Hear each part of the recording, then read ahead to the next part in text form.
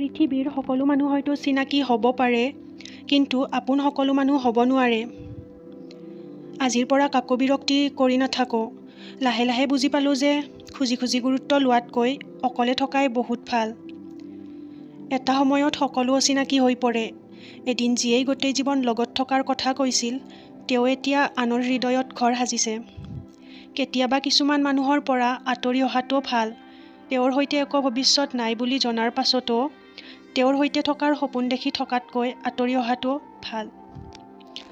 মনৰ কষ্ট আৰু চকু পানী কাকো দেখুৱাব নালাগে। নিজৰ জীৱন সুখৰ নহ'লে কাকো ক'ব নালাগে, কাৰণ ভাগ ল'বলৈ কোনেও নাহে। বেছিকৈ মানুহৰ লগত কথা পাতিলে, বেছিকৈ মানুহক সময় দিলে, প্ৰয়োজনতকৈ বেছি কাৰোবাক মৰম কৰিলে আপুনি এদিন নিজেই পস্তাব লাগিব। ময়ো তোমাৰ দৰে হ'ব নোৱাৰোঁ আৰু তুমিও মোৰ দৰে হ'ব নোৱাৰা। সেয়েহে আনৰ লগত তুলনা কৰি নিজক দুখ দিব বাদ দিয়া। সকলোৱে নিজৰ স্থানত শ্ৰেষ্ঠ। এৰি যোৱা ব্যক্তিজনৰ বাবে দুখ লগাটো স্বাভাৱিক, কিন্তু এই দুখৰ বাবে নিজক শেষ কৰি নিদিব। যদি ভুল কৰিছে শুধৰাই লওক, জীৱনটো নতুনকৈ আৰম্ভ কৰক। এদিন নিশ্চয় ভাল হ'ব। নিজৰ জীৱনত পোৱা আঘাত, অশান্তিৰ বাবে পোৱা মানসিক কষ্টখিনিক নিজেই চম্ভালিব লাগিব।